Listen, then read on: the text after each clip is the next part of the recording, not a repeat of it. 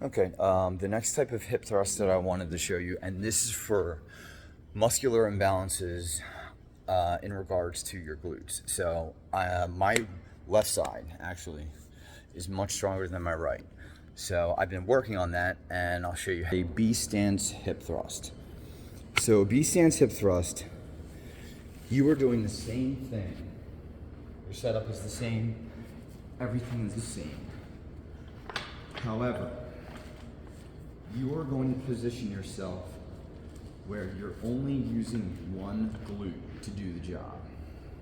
Now, the barbell, all I do is roll it slightly, I'm gonna say an inch or 2 inches towards the leg that I'm working on. Again, now it's gonna be even more important. Take a wide grip and keep it there for balance. So, this heel stays on the ground and stays up, but I am not pressing off that leg. I'm just using it for stability.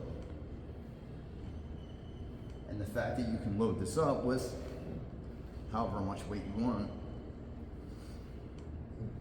it is not easy. So just move the bar 1-2 inches. This is if you do notice that you have a muscular imbalance. Not a lot of people do, or they skip on unilateral movements, which is a mistake because over time it will build up and build up and build up until it does cause other problems.